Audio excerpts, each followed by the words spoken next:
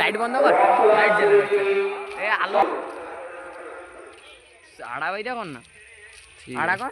Kolkata new town life care brand ব্যাংকের তত্ত্বাবধানে এবং ছোট বড় সামনগর ৬২ লক্ষ্মী মায়ের পুজো অর্চনায় আয়োজন করা হয়েছে স্বেচ্ছায় রক্তদান। এখন চলছে খিচুড়ি প্রসাদ বিতরণ।